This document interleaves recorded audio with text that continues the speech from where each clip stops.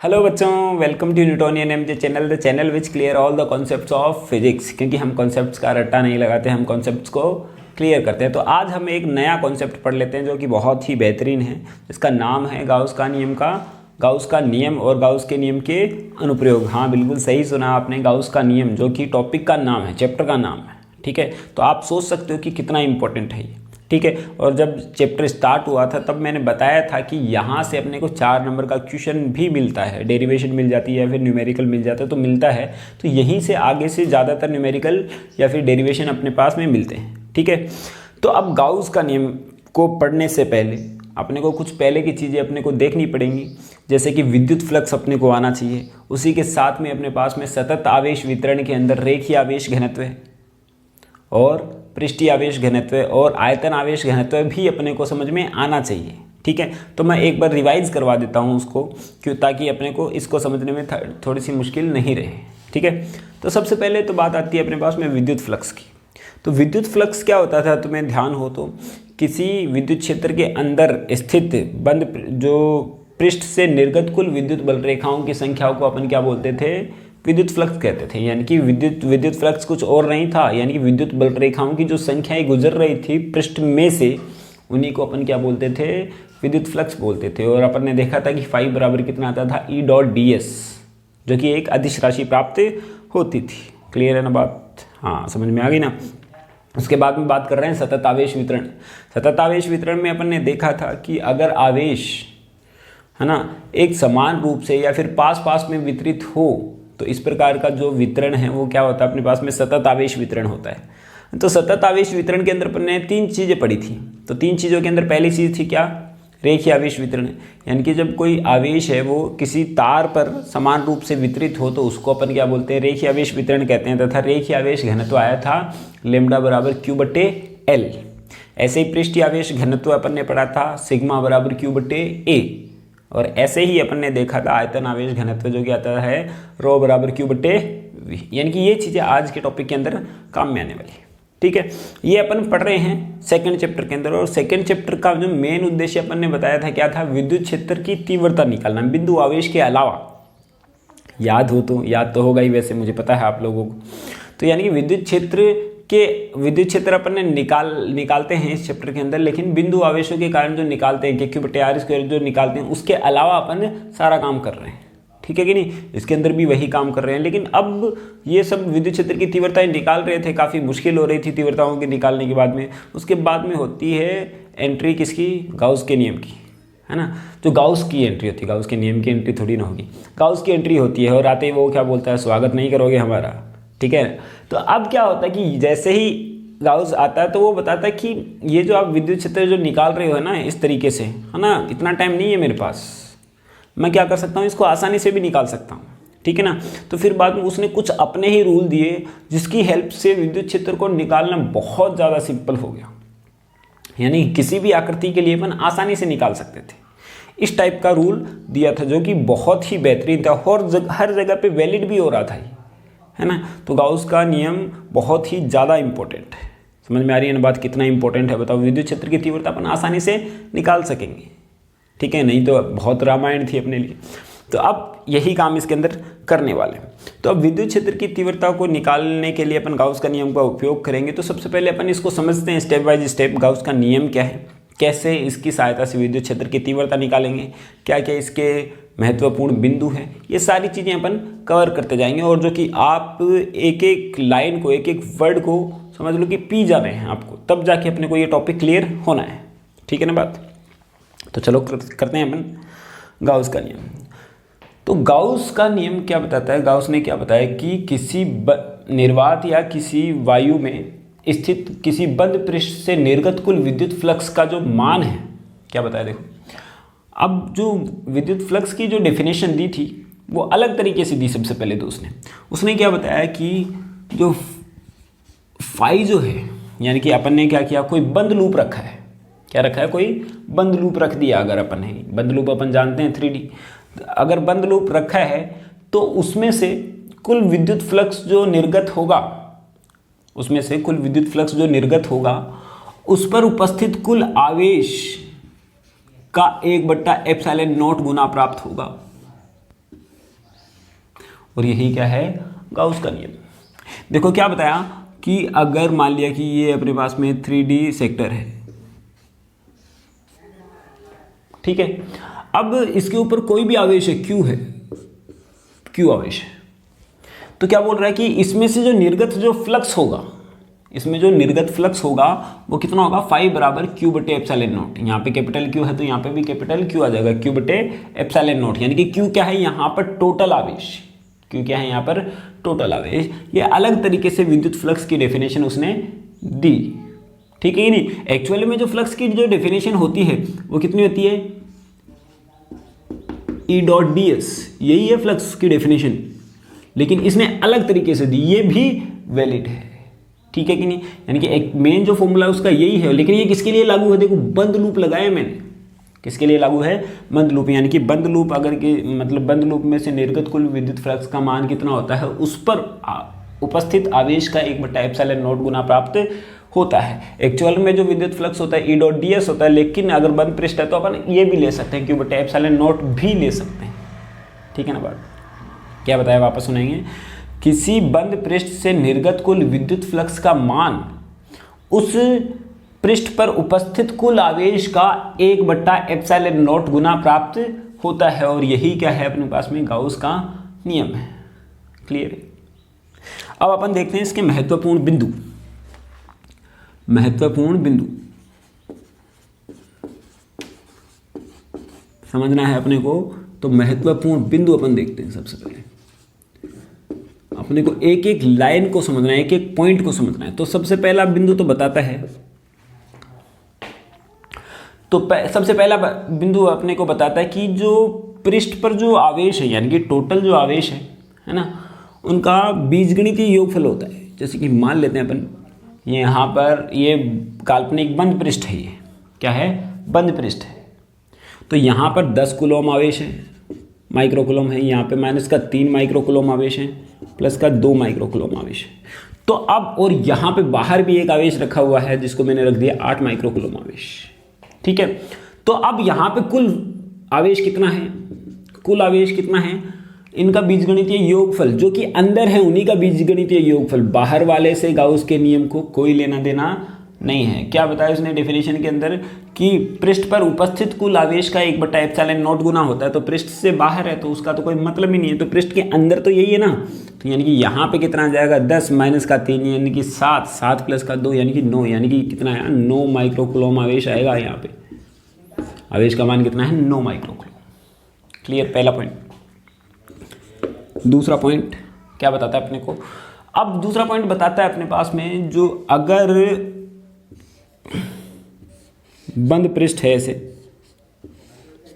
बंद पृष्ठ है, तो इसमें आने वाली विद्युत बल रेखाओं को, विद्युत बल रेखाओं का मतलब विद्युत फ्लक्स, आने वाली विद्युत बल रेखाओं को तो अपन क्या बोलेंगे, नेगेटिव फ्लक्स लेंगे, और इससे बाहर जाने वाली जो बल रेखाएं हैं उनको क्या लेंगे अपन, पॉजिटिव फ्लक्स लेंगे।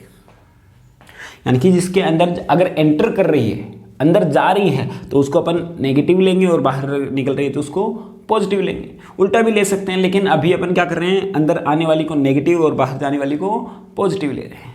कोई दिक्कत है क्या, ठीक है। अब यहाँ पे यानी कि यहाँ पे जो नेट फ्लक्स होगा कितना होगा, 0। नेट फ्लक्स कितना होगा, 0, क्योंकि जितना अंदर जा रहा है उतना ही तो बाहर निकल रहा है। तो ये तो आया नेगेटिव प्लस का पॉजिटिव, यानी कि 3 तो क्या आ रहा है, नेगेटिव में माइनस का 3 और ये प्लस का 3, तो आंसर कितना आया, 0।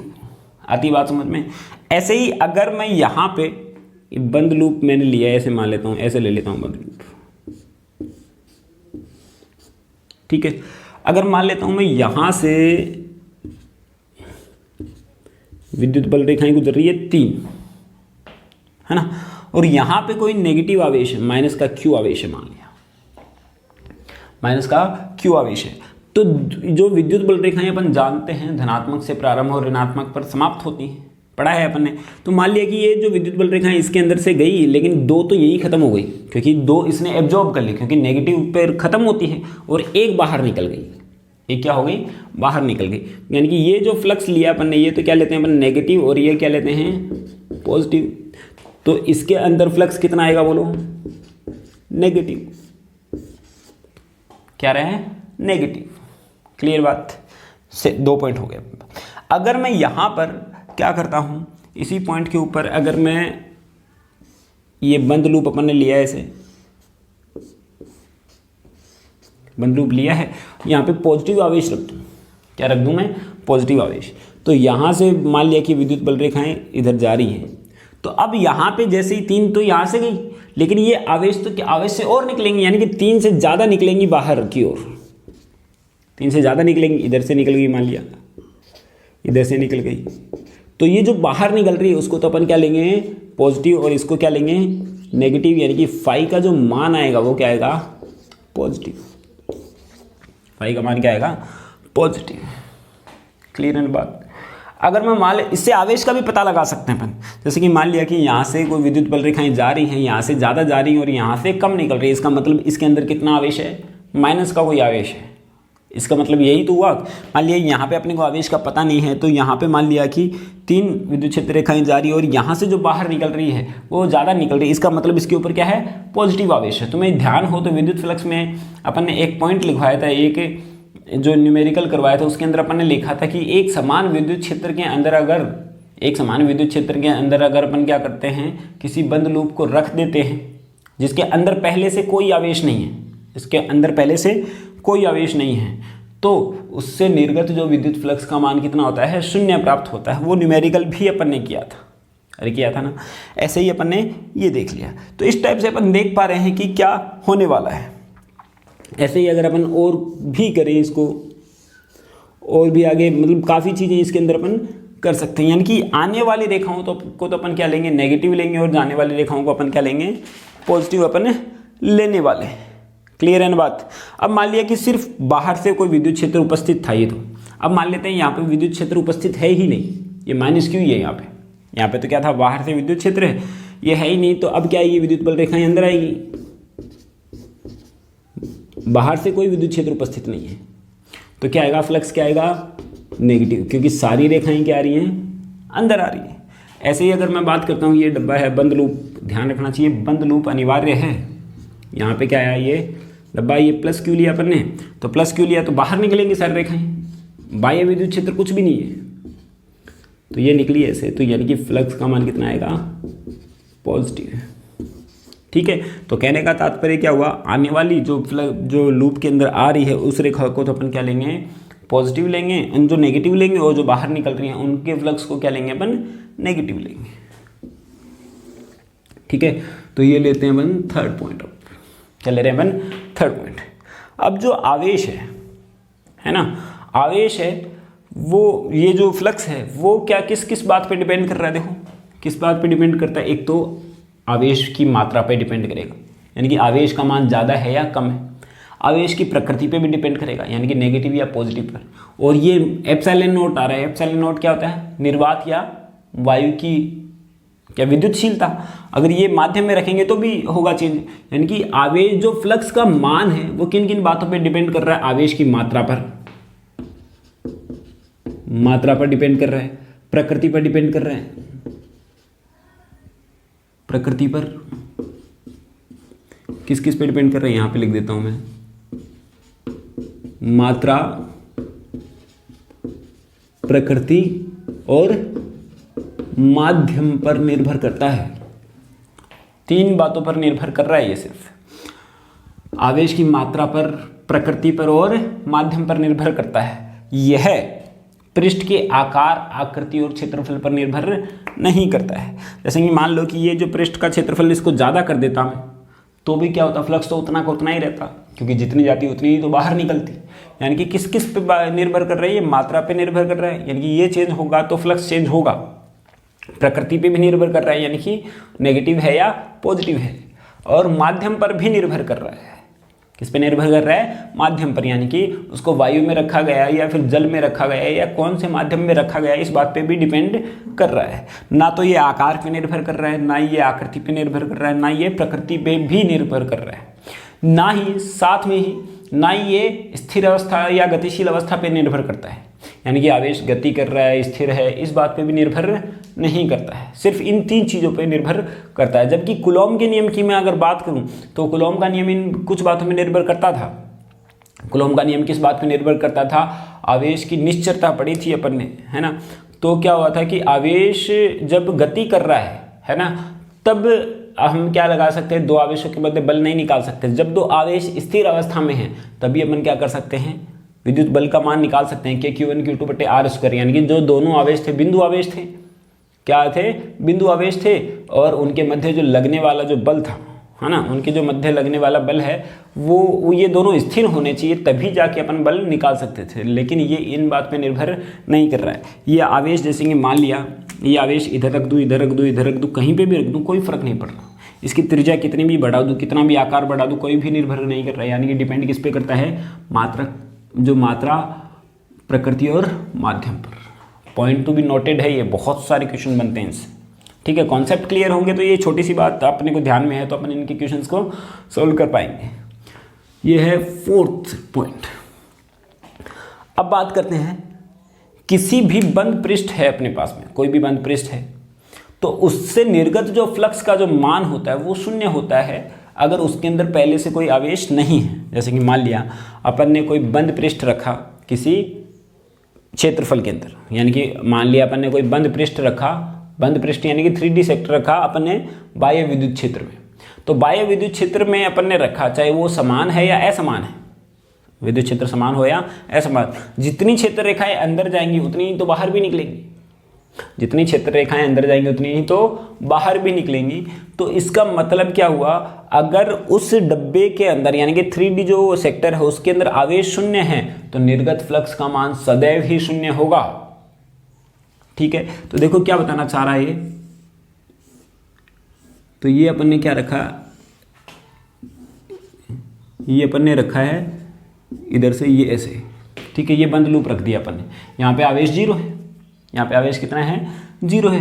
तो यहाँ पे आवेश 0 है तो विद्युत फ्लक्स ये तो नेगेटिव और ये कितना आया, पॉजिटिव, यानी कि फाई बराबर कितना, 0।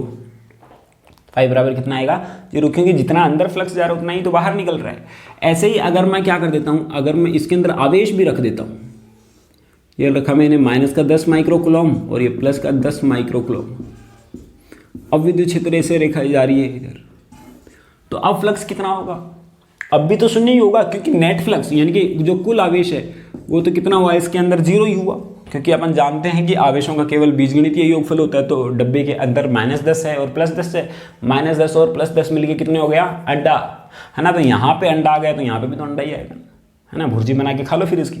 तो यहाँ पे आ गया अपने पास में ये पॉइंट, ठीक है। कहने का मतलब क्या हुआ कि अगर मैं किसी बंद लूप के अंदर किसी विद्युत क्षेत्र के अंदर बंद लूप को रख देता हूं तो विद्युत फ्लक्स का जो मान है वो हमेशा क्या आएगा, शून्य प्राप्त होगा। लेकिन ये कहीं पे ये दिक्कत आती है इसको समझने में, है ना। समान विद्युत क्षेत्र या असमान विद्युत क्षेत्र दोनों के लिए ही शून्य होता है, लेकिन अपन कई जगह पर ऐसा नहीं करते हैं, तो वो मैं ज़्यादा डिटेल में इस चीज़ को नहीं बता पा रहा हूँ। क्लियर बात। अब बात अपन देखते हैं कि इसके साथ में ही अपन क्या करते हैं कि ये जो गाउस का जो नियम है ना, गाउस का जो नियम है वो क्या करता है, एक बंद लूप की कल्पना करता है, बंद पृष्ठ की कल्पना करेगा, ठीक है। यानी कि इमेजिन करता है ये सारे दिन, मतलब इमेजिन करके ही निकालता है ये सारी चीज़ें, ये मन में सोच लेगा हाँ ऐसा होगा, ये ऐसे अपने को मानना है। तो यानी कि जो पृष्ठ की ये कल्पना करेगा, यानी कि जिस पृष्ठ की ये कल्पना करता है उसको अपन बोलते हैं गाउसियन पृष्ठ,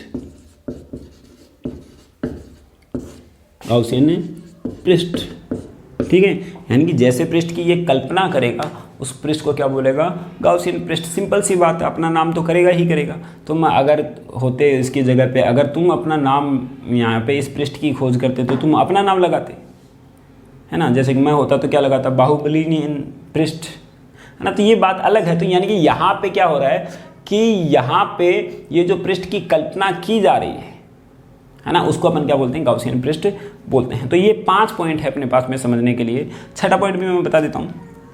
छठा पॉइंट जो है वो क्या है, अपने पास में जो गाउस का जो नियम है उन्हीं पर लागू होता है ना। उन्हीं की विद्युत क्षेत्र की तीव्रता निकाल सकते हैं अपन, जिसके लिए जो विद्युत क्षेत्र की जो तीव्रता है ना, उसके बीच की दूरी के वर्ग के व्युत्क्रमानुपाती होती है ना। यानी कि मतलब वर्ग की व्युत्क्रमानुपाती होती है, यानी कि जहाँ पे वो जो गाउस का जो कूलॉम का नियम लगता था उसी स्थिति में ये लागू हो सकता है, ठीक है। तो यहाँ पे अपन ने इसके कुछ पॉइंट्स देख लीजिए, 6 पॉइंट आप लोगों को समझ में आ गए होंगे। मैं एक बार वापस क्विक रिवीजन देता हूँ। तो पहला तो बात आती है अपने पास में गाउस के नियम तो गाउस का नियम अपने को बताता है किसी निर्वात या वायु में उपस्थित बंद लूप से निर्गत कुल विद्युत फ्लक्स का मान 0 होता है। जो विद्युत फ्लक्स का मान उसमें उपस्थित कुल आवेश का 1/ε0 गुना प्राप्त होता है। सेकेंड बात बताई उसने कि आवेशों का केवल बीजगणितीय योगफल होता है और बाहर के आवेश से इसको कोई लेना देना नहीं होता है, ठीक है कि नहीं। दूसरा पॉइंट बताया इसने कि जो आने वाली जो फ्लक्स है उसको तो नेगेटिव लिया जाएगा और जाने वाले फ्लक्स को क्या लिया जाएगा, पॉजिटिव लिया जाएगा। और ये सारी चीज़ें मैंने आप लोगों को डिस्क्राइब कर दी है। तीसरा पॉइंट बताया कि जो विद्युत फ्लक्स का जो मान है, मात्रा, आवेश की मात्रा प्रकृति और माध्यम पर डिपेंड करती है। इसके साथ में ये आकार, आकृति और प्रकृति पर निर्भर नहीं करती है, चाहे कितना ही बड़ा गाउसियन पृष्ठ हो, ठीक है। आकार, आकृति और प्रकृति, आकार क्षेत्रफल पर निर्भर नहीं करती है, साथ ही साथ में स्थिर अवस्था और गतिशील अवस्था पर भी निर्भर नहीं करती।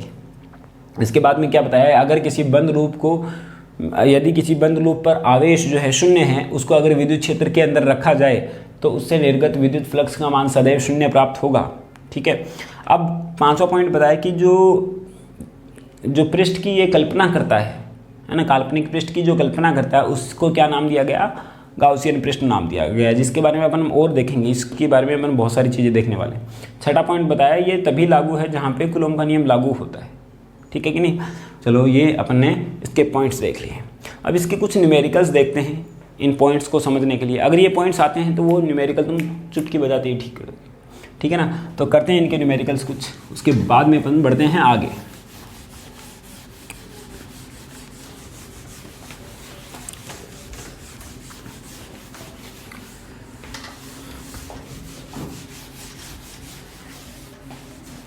अपन देख रहे हैं क्वेश्चन।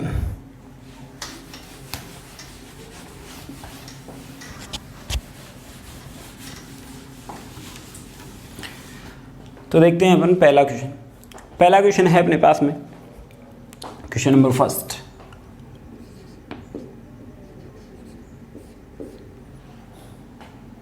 ठीक है, एक बंद गोला 3D गोला है जिसकी त्रिज्या है, एक बंद गोला है ये गोला जिसकी जो त्रिज्या है 0.3 मीटर है, ठीक है। बंद 3D गोला है ऐसे। इसके केंद्र पर Q बराबर 7.6 माइक्रोकूलम आवेश रखा गया है। तो निर्गत फ्लक्स का मान अपने को ज्ञात करना है, ठीक है। अब ये बोल रहा है इसके साथ में यदि इसकी त्रिज्या 2 गुनी कर दूं मैं, इसकी त्रिज्या क्या कर दूं मैं, 2 गुनी, त्रिज्या 2 गुनी कर दूं तो फ्लक्स का मान कितना हो जाएगा, क्या प्रभाव पड़ेगा या नहीं पड़ेगा। तो सबसे पहले तो अपन जानते हैं कि फाई बराबर कितना होता है, Q/ε0, Q/ε0। तो Q कितना, 7.6 गुणा 10 की घात माइनस का 6 बट्टा ε0 का मान कितना, 8.85 गुणा 10 की घात माइनस का कितना बोलो, 12।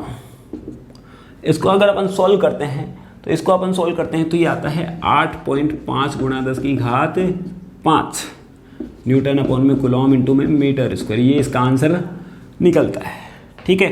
यानी ये अपन ने निकाली। अब सेकेंड पॉइंट क्या पूछा उसने कि अगर इसकी त्रिज्या 2 गुनी कर दी जाए तो फ्लक्स कितना गुना हो जाएगा, क्या प्रभाव पड़ेगा। सिंपल सी बात है, अपन ने देखा कि कितना भी आकार कर दिया जाए फ्लक्स के ऊपर कोई भी प्रभाव नहीं पड़ता। आवेश का मान चेंज करता, उसकी मात्रा चेंज करता, प्रकृति चेंज करता, या फिर उसकी प्रकृति जो अपने पास में माध्यम चेंज करता है तब उसके ऊपर प्रभाव पड़ता है। लेकिन गोले का आकार बढ़ा दिया तो कोई फर्क ही नहीं पड़ रहा, यानी कि कोई प्रभाव नहीं पड़ेगा, इतना का इतना ही रहेगा। क्लियर इन बात। अगला देखो, तुम यहाँ पे 0.3 मीटर था तो काम में आएगा ही नहीं आया, 0.4 मीटर हो तो भी काम में नहीं आता है। तो फ्लक्स कितना होता है, Q/ε0, यानी कि बंद लूप है। तो अगला क्वेश्चन अपने पास में, कोई बंद लूप है, किसी विद्युत क्षेत्र के अंदर क्या किया गया है, कोई विद्युत क्षेत्र के अंदर ही एक विद्युत क्षेत्र है, उसके अंदर एक 3D पृष्ठ रखा गया, घन रख दिया गया मान लिया। तो अब इसके अंदर जो जाने वाला जो फ्लक्स है वो कितना है, 2000 न्यूटन अपॉन में कूलॉम गुणा मीटर स्क्वायर है। और जो बाहर निकलने वाला फ्लक्स है,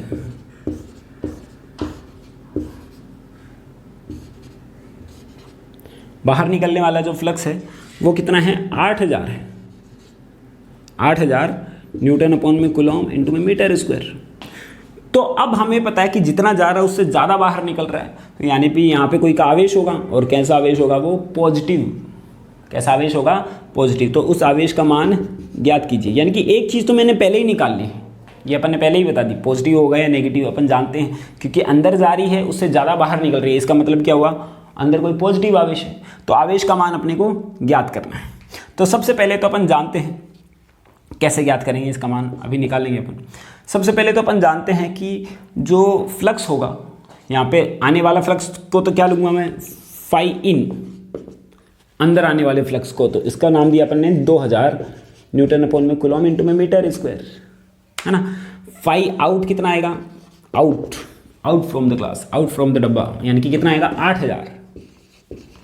8000 न्यूटन अपॉन में कूलम इंटू में मीटर स्क्वायर। और यही तो होगा कि यानी कि अंदर आने वाले को तो अपन ने लिया नेगेटिव, बाहर आने वाले को क्या ले लिया? पॉजिटिव। तो यानी कि टोटल फ्लक्स कितना आएगा? फाई इन प्लस का फाई आउट। तो फाई बराबर कितना आया? फाई इन की जगह तो माइनस का 2000, है ना, और ये कितना आएगा? प्लस का 8000, यानी कि टोटल कितना आया? फाई बराबर 6000 न्यूटन अपॉन में कूलम इंटू में मीटर स्क्वायर। लेकिन ये आंसर नहीं है, तुम देखो निकालना क्या है? क्यू, है ना। तो क्यू निकालना अपने को, तो क्यू अपन निकालेंगे सबसे पहले। तो फाई बराबर अपन जानते हैं, वी नो दैट फाई बराबर क्यू बटे एप्सिलॉन नॉट, क्यू बटे एप्सिलॉन नॉट। तो फाई बराबर, फाई का मान तो कितना है? 6000 है, और क्यू का मान अपने को निकालना है। एप्सिलॉन नॉट का मान अपन जानते हैं 8.85 गुणा 10 की घात माइनस का 12। तो क्यू बराबर क्या करेंगे? इसको इससे मल्टीप्लाई कर देंगे, यही तो करेंगे ना अपन, इसको इससे मल्टीप्लाई करके अपन आंसर निकाल सकते हैं। ये आप लोगों को ही करना है, क्योंकि वैल्यू अपन निकाल सकते हैं। मैंने सारी कैलकुलेशन आप लोगों को करके दे दी, कैलकुलेशन आप लोगों को करनी है। क्वेश्चन नंबर 3, तो ये बोल रहा है कि एक अपने पास में गोला है, 3D गोला है या फिर घन है, कुछ भी अपन ने रख दिया, है ना। इसके अंदर जो आवेश है, एक तो है 10 माइक्रोकूलम है, एक है माइनस का 4 माइक्रोकूलम, एक है प्लस का 2 माइक्रोकूलम, कितनी भी वैल्यू हो सकती है, और यहाँ पे है 5 माइक्रोकूलम। तो इससे निर्गत, यानी कि 3D पृष्ठ है, उसके अंदर तो इतने आवेश हैं, उसके बाहर इतना आवेश है, उसके बाहर पास में ही इतना आवेश है, तो इससे निर्गत कुल विद्युत फ्लक्स का मान ज्ञात कीजिए, ये बोल रहा है। तो फ्लक्स का मान कितना आएगा? फाई बराबर कितना होता है अपन जानते हैं, समेशन ऑफ क्यू बटे एप्सिलॉन नॉट। समेशन क्यू का मतलब क्या हुआ? कुल आवेश। कुल आवेश को तो बाहर वाले से तो कोई लेना देना ही नहीं है, मैंने बता दिया, है ना, बताया था ना पॉइंट्स के अंदर। तो यानी कि इसी से मतलब है, यानी कि 10 माइनस का 4 कितना हुआ? 10 माइनस का 4 कितना हुआ? 6 माइक्रोकूलम। 6 प्लस का 2 कितना हुआ? 8। यानी कि यहाँ पे क्या लिखूंगा? 8 गुणा 10 की घात माइनस का 6 माइक्रोकूलम, है ना। 8 माइक्रोकूलम बटे एप्सिलॉन नॉट। एप्सिलॉन नॉट का मान कितना आएगा? 8.85 गुणा 10 की घात माइनस का 12। इसका सॉल्यूशन आप लोगों को कर लेना, और ये फाई आ जाता है। अरे बात आवे है ना समझ में? तो ये आ गया अपने पास में इतना। तो ये आया क्वेश्चन नंबर 4 अपन ले रहे हैं, ठीक है। ज़्यादा क्वेश्चन करवाने का मतलब यही है कि ये जो अपन ने पॉइंट्स बताए हैं वो आपको अच्छे से क्लियर हो। एकदम आसान लेवल के क्वेश्चन हैं, है ना, लेकिन फिर भी अपने को आसान लेवल के क्वेश्चन हैं उनके ऊपर भी इतना ही कंसंट्रेशन रखना चाहिए जितने की डिफिकल्ट क्वेश्चन होते हैं, ताकि अपने के कॉन्सेप्ट ज़्यादा क्लियर होते जाते हैं उससे, ठीक है। अब अपन देखते हैं अगला क्वेश्चन। अगला क्वेश्चन है, कोई घन है,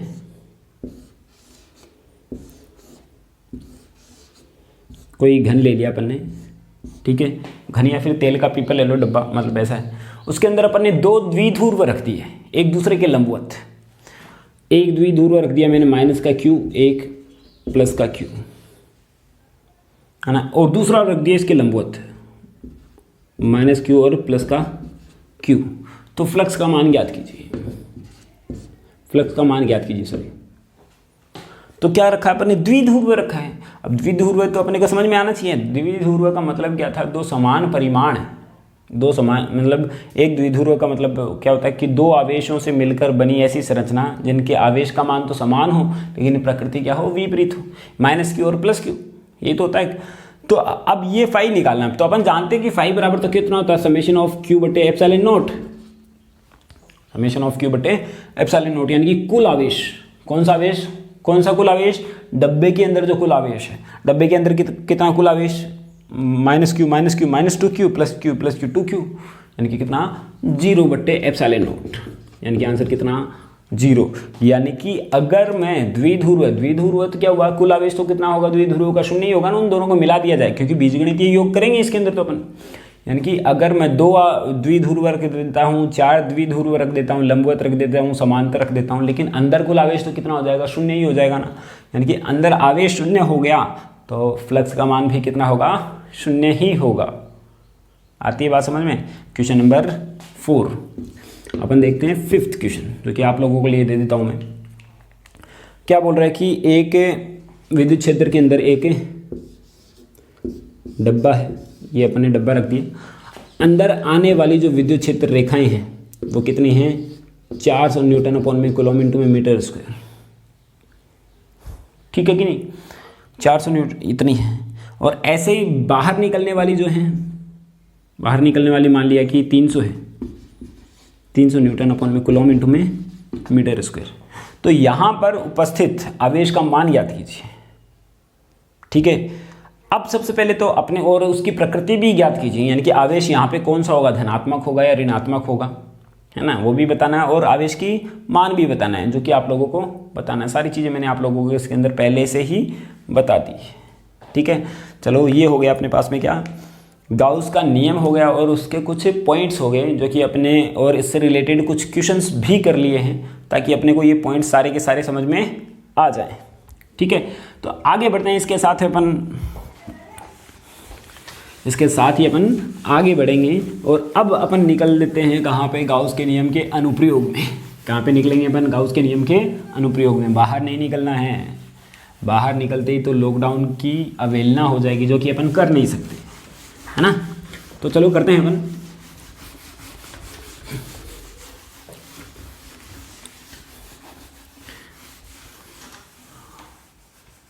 अनुप्रयोग अपन देखते हैं।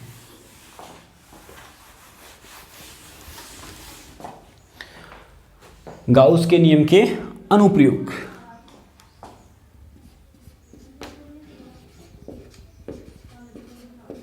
अनुप्रयोग अपन देखने वाले हैं आज। ठीक है, बहुत इंतजार था मुझे इनका, अब जाके ये घड़ी आई है। तो अभी अपन देखते हैं अनुप्रयोग। तो अनुप्रयोग के अंदर अपन क्या करना है, काम क्या है अपना अनुप्रयोग के अंदर, विद्युत क्षेत्र की तीव्रता निकालना, विद्युत क्षेत्र की तीव्रता निकालना। लेकिन तीव्रता निकालने से पहले अपने को ये यहाँ तक का जो टर्म्स पड़ा है वो सारा आना चाहिए। ठीक है, तो सबसे पहले अपन निकालते हैं। सबसे पहले है अनंत लंबाई के आवेशित तार के कारण, तार के कारण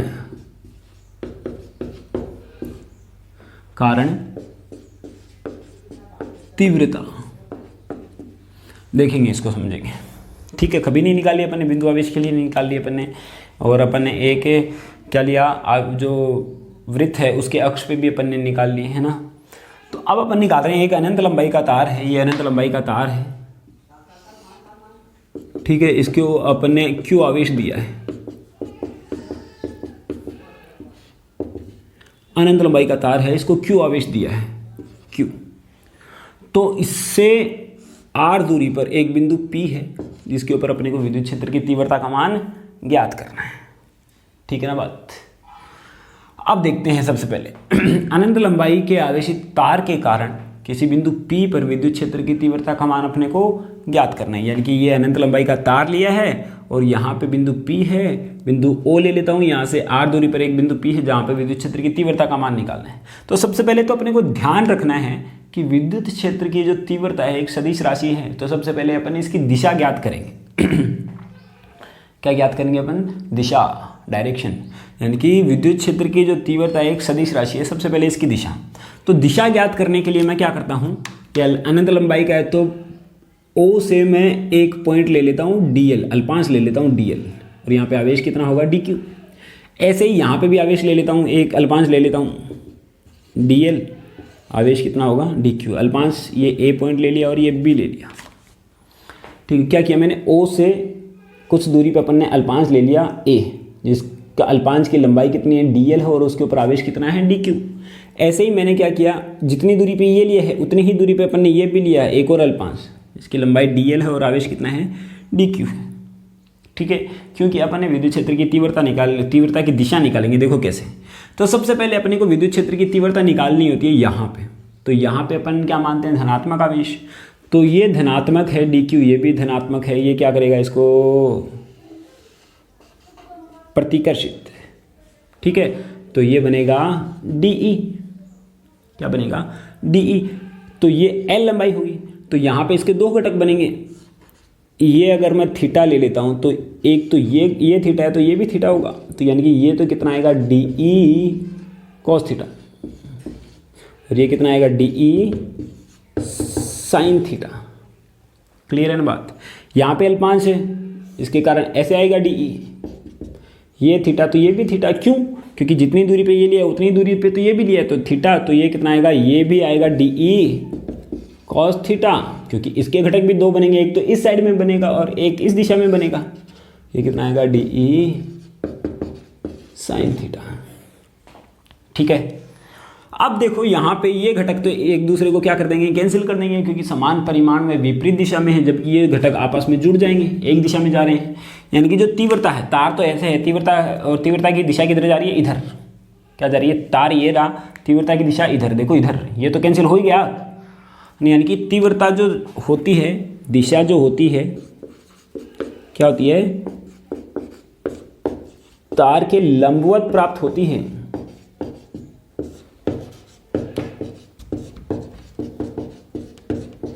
क्या होती है, तार के लंबवत प्राप्त होती है। देख लो तुम, यहाँ पे जो तीव्रता की जो दिशा है, सबसे पहले अपन ने क्या निकाला है, सबसे पहले दिशा निकाली है। ठीक है, तो दिशा जो आई है वो क्या रही है, तार के लंबवत प्राप्त हो रही है, तार के लंबवत प्राप्त होती है, ये अपन ने दिशा निकाल ली है। क्लियर है बात। ठीक है, अब अपन देख रहे हैं दिशा तो अपन ने निकाल ली, लेकिन अपने को क्या निकालनी है, तीव्रता का मान निकालना है। इसका मान निकालना है तीव्रता। यहाँ से तो अपन ने क्या किया है, सिर्फ दिशा निकाली है। अब तीव्रता को निकालेंगे कौन, गाउस निकालेगा। गाउस अलग ही थ्योरी लेगा, है ना। गाउस एक क्या करेगा, गाउसियन पृष्ठ की कल्पना करेगा। तो क्या करता है गाउस, क्या करता है देखो, तो क्या करता है गाउस, यहाँ पे एक तार लेता है L5 लंबाई का, ठीक है, अनंत लंबाई का तार है, और यहाँ पे बिंदु P है R दूरी पर। तो क्या करता है कि गाउस क्या करेगा, एक काल्पनिक बंद पृष्ठ की कल्पना करता है। हमेशा किसकी करेगा, वो काल्पनिक बंद पृष्ठ की कल्पना करेगा। पृष्ठ कैसा होना चाहिए, बंद, चारों तरफ से क्या होना चाहिए, बंद। तो काल्पनिक बंद पृष्ठ की कल्पना करता है, तो इसके चारों ओर वो क्या मान लेता है, एक बेलन मान लेता है। एक बेलन, जैसे कि बेलन मान लो, या फिर खोखला बेलन, या जिसे को अपन बोलते हैं फूंकनी, है ना, फूंकनी मान लेता है। तो यहाँ पे मान लिया उसने ऐसे, एक मान लिया ऐसे बेलन की कल्पना कर ली उसने। ये काल्पनिक बंद पृष्ठ है। क्या है ये, काल्पनिक बंद पृष्ठ। और इसी को अपन क्या बोलते हैं, गाउसियन पृष्ठ। क्या बोलते हैं, गाउसियन पृष्ठ। तो यहाँ पे ये काल्पनिक बंद पृष्ठ, यानी कि ये जो तार है इसके चारों तरफ, ये जो तार है इसके चारों तरफ यहाँ पे पॉइंट निकालना है अपने को। जैसे कि यहाँ पे ये बता देते हैं आप लोगों को, ये जो तार है ये आवेशित है अनंत लंबाई का। तो यहाँ पे क्या किया, एक पॉइंट P माना, है ना। तो अब P माना, तो यहाँ से एक बेलन मान लिया चारों तरफ ऐसे, इसके चारों एक बेलन है, फूंकनी है, फूंकने के अंदर ये तार है, ठीक है कि नहीं। और इसकी लंबाई ले ली L, कितनी लंबाई, L। तो अब देखते हैं, अब अपने को निकालना है विद्युत क्षेत्र की तीव्रता। तो सबसे पहले तो अपन जानते हैं विद्युत फ्लक्स की परिभाषा से। विद्युत फ्लक्स की परिभाषा क्या बताती है अपने को, फाई बराबर E डॉट ds, समीकरण नंबर एकम। अरे यही बताती थी ना, बंद पृष्ठ के लिए ऐसा ही करते थे अपन, है ना। जबकि गाउस का नियम अपने को क्या बताता है, फाई बराबर समेशन ऑफ q बटे एप्सिलॉन नॉट। अरे यही तो होता है ना। तो समीकरण 1 और 2 से, यानी कि ये दोनों बराबर ही तो LHS, तो RHS भी बराबर होना चाहिए। यानी कि समीकरण 1 व 2 से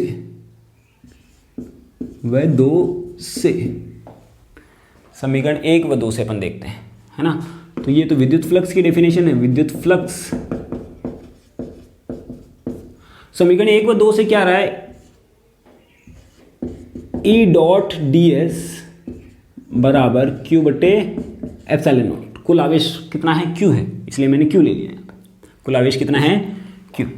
अब देखो ds, यानी कि ds से इसका मतलब क्या था, E डॉट ds, E का मान तो अपने को निकालना है, अब ds क्या है? क्षेत्रफल। लेकिन यहाँ पे पृष्ठ तो कितने हैं? 3 है। देखो अपन जानते हैं कि जैसे कि अपन ने क्या किया था, एक घन लिया था तो उसके अंदर अपन ने देखा था उसके कितने पृष्ठ थे? 8 पृष्ठ थे। कितने थे? 8 पृष्ठ थे, 6 पृष्ठ थे सॉरी। ऐसे ही अगर अब मैं बेलन लेता हूँ तो इसके पृष्ठ कितने होंगे? एक तो पृष्ठ ये रहा, एक ये रहा, एक ये रहा, 3 पृष्ठ होंगे। कितने होंगे? 3 पृष्ठ। तो इसको तो नाम दे देता हूँ मैं S1 पृष्ठ, क्योंकि सभी से निकल फ्लक्स तो क्या होगा? सभी से निकलने वाला जो सभी पृष्ठों से निकलने वाली विद्युत बल रेखाओं की जो संख्या है वही तो होती है फ्लक्स। तो मैं क्या कर देता हूँ, सबसे पहले तो ये S1 के लिए लिख लेता हूँ EDS।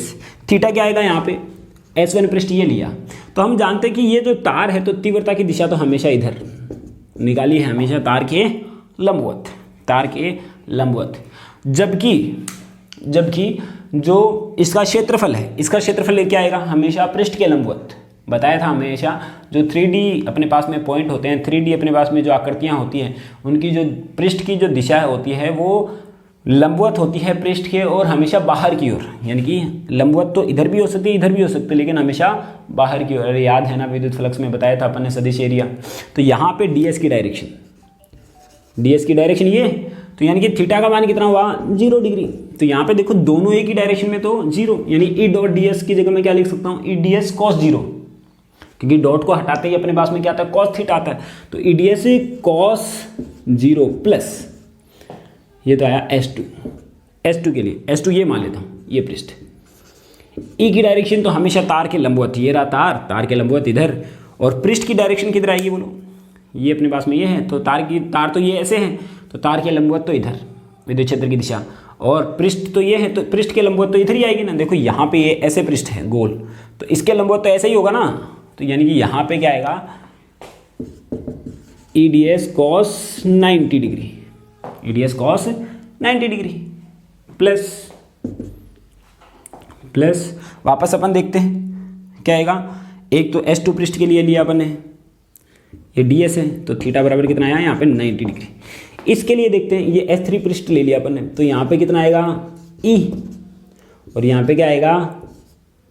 ds, क्योंकि ds क्या होगा? हमेशा लंबवत, तो थीटा बराबर वापस 90 डिग्री। तो यानी कि कितना आया? S3 के लिए क्या आएगा? EDS cos 90 डिग्री बराबर Q बटे एप्सिलॉन नॉट।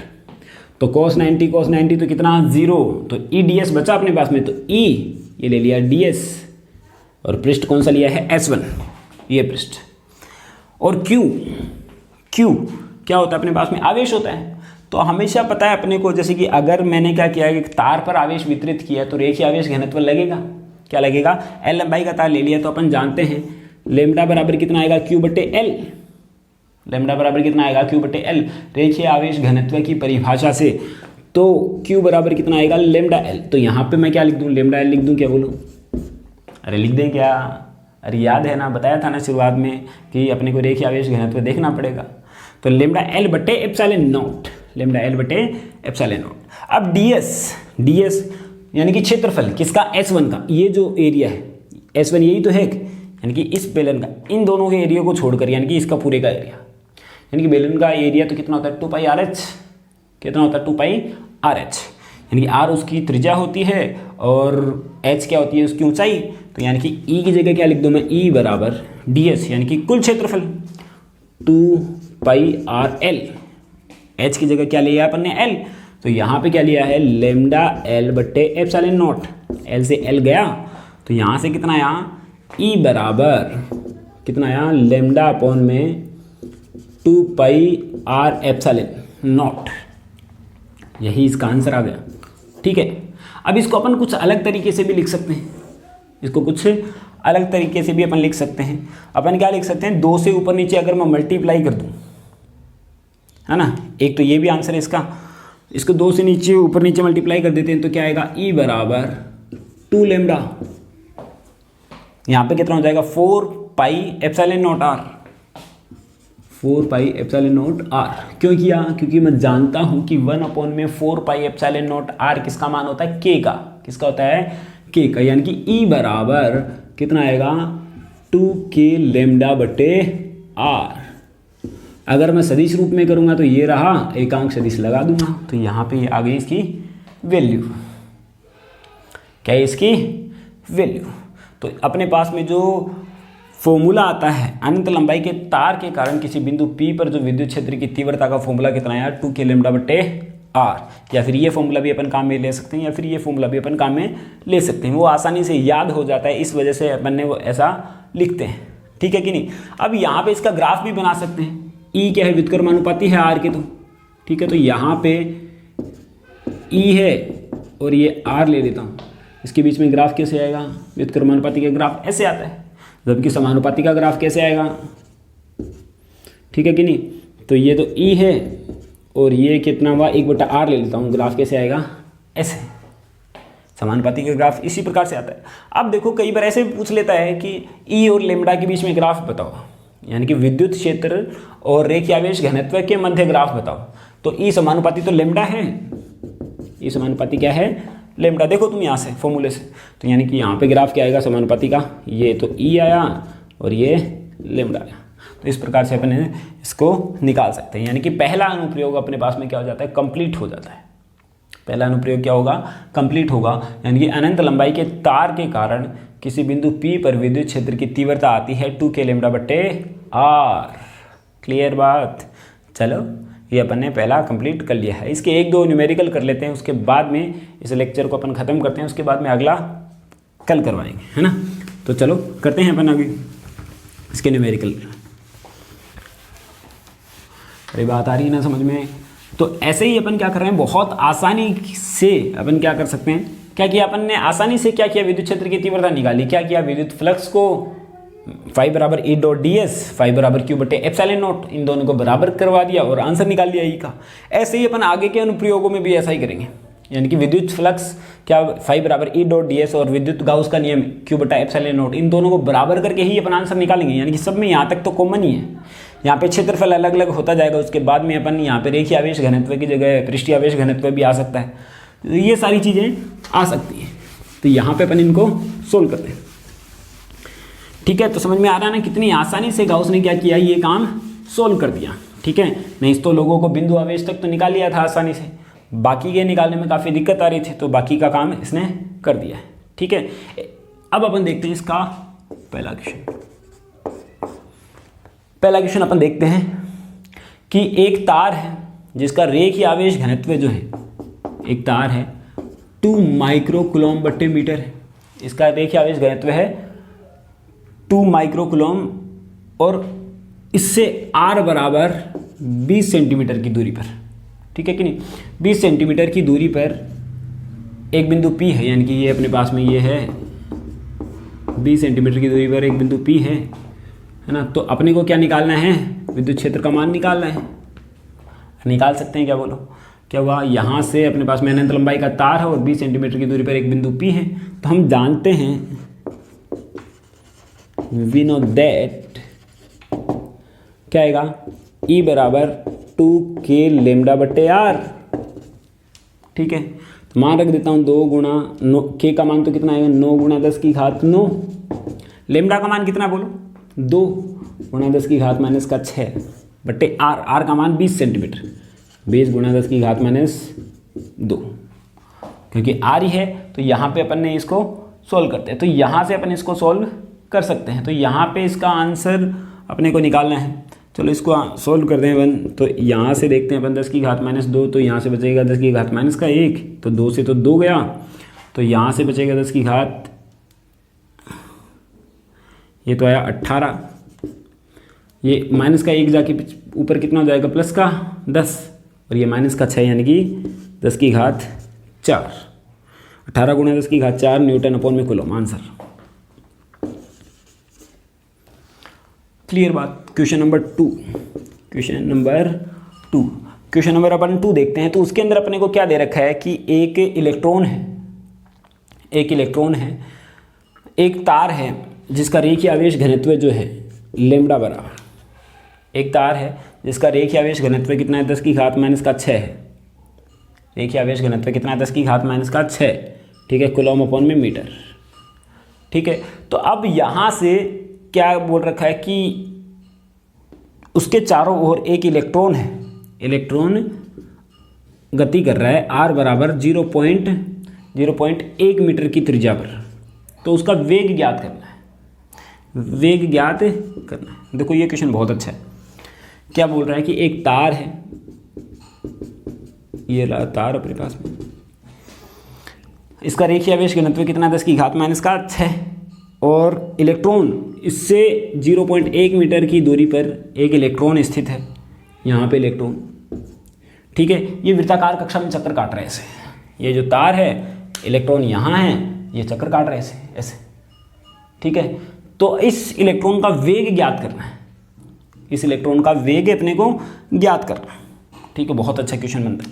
तो सबसे पहले तो अपन जानते हैं कि अगर इलेक्ट्रॉन जो वृत्ताकार कक्षा में चक्कर काट रहा है तो उसके लिए अभिकेंद्रीय बल जरूरी है।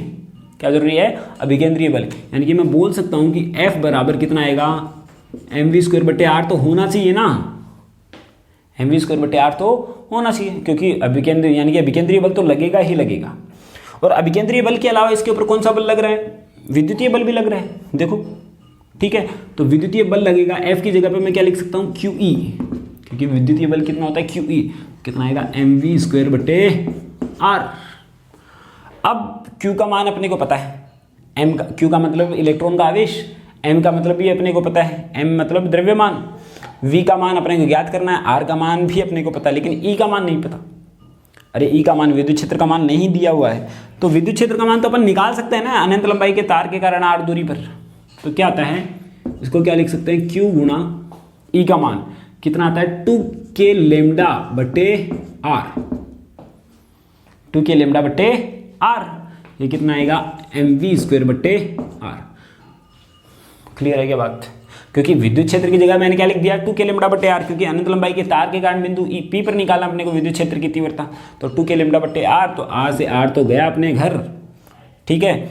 तो मैं मान निकालता हूँ v² बराबर 2, v² का मान कितना आएगा, पहले तो Q का मान रख देता हूँ 1.6 × 10⁻⁻⁹, ये लिखा 2, ये कितना आएगा 9 × 10⁻⁹, और ये कितना आएगा लेमडा, लेमडा की जगह अपन क्या लिख सकते हैं 10⁻⁶, बट्टे ये m नीचे चला जाएगा, m यानी कि इलेक्ट्रॉन का द्रव्यमान, कौन गति कर रहा है, इलेक्ट्रॉन ही तो कर रहा है, इलेक्ट्रॉन का द्रव्यमान तो याद है ना, अरे याद है या नहीं है ना, नहीं याद है तो मैं फ़ोन में घुस के लगा दूंगा आपके। तो कितना आएगा 9.1 इंटू में 10⁻⁻31, ठीक है कि नहीं। तो यहाँ पे देखो तुम, यहाँ पे इसको सॉल्व करते हैं तो ये अप्रॉक्सीमेट यहाँ से चला जाता है, मान लिया 9 से 9 गया, है ना। यहाँ से अगर मैं इसको सॉल्व करता हूँ तो ये कितना आएगा, v बराबर, इसको सॉल्व अपन करेंगे तो कितना आएगा, ये तो कितना गया 10⁻⁻10 और 10⁻⁻16 और ये ऊपर 10⁻⁻16 और ये ऊपर का जाके प्लस का 15, यानी कि 1.6 × 10⁻², 1.6 × 10⁻², ये आया 10⁻⁻ प्लस का 15, ठीक है। पॉइंट हटा देता हूँ मैं यहाँ से, तो ये कितना आएगा, इतना 14।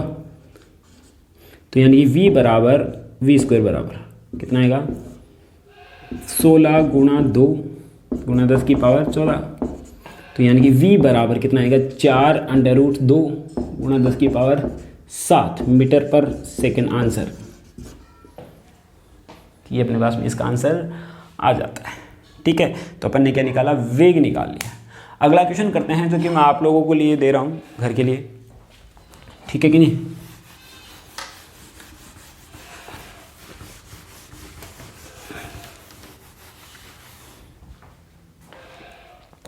तो अपने पास में क्या बोल रहा है कि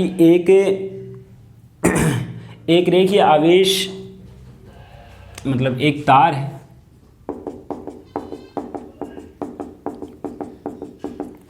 एक तार है अपने पास में इतना, तो क्या बोल रहा है कि इसके कारण बिंदु P पर विद्युत क्षेत्र की जो तीव्रता है वो कितनी है, 9 × 10⁻⁴ N/कूलम, 9 × 10⁻⁴ विद्युत क्षेत्र की तीव्रता है, और इसकी जो दूरी है वो कितनी है, 2 सेंटीमीटर है, 2 सेंटीमीटर, यानी कि ये तार है, इसके ऊपर मान लिया Q आवेश है, इसके कारण यहाँ पे विद्युत क्षेत्र की तीव्रता इतनी है और यहाँ पे ये आया 2 सेंटीमीटर। तो यहाँ पे अपने को क्या करना है, लेमडा का मान ज्ञात करना है। किसका मान ज्ञात करना है, रेखीय आवेश घनत्व का मान ज्ञात करना है। आप लोगों को निकालना है, विद्युत क्षेत्र दे रखा है, r दे रखा है, और लेमडा का मान आप लोगों को ज्ञात करना है। क्लियर है ना, आसानी से निकाल लोगे मुझे पता है, लेकिन फिर भी आप लोगों को ये करना है। तो ठीक है, thank you, have a nice day. और आप लोगों को ये अगर PDF नोट्स चाहिए तो आप क्या कर सकते हो, डिस्क्रिप्शन के अंदर हमारा टेलीग्राम का लिंक दे रखा है और वहाँ पे जाके आप PDF नोट्स ले सकते हैं। और अगर आपको ये लेक्चर अच्छा लगता है तो आप लाइक करके हमारा हौसला बढ़ा सकते हैं। चलो, thank you, have a nice day.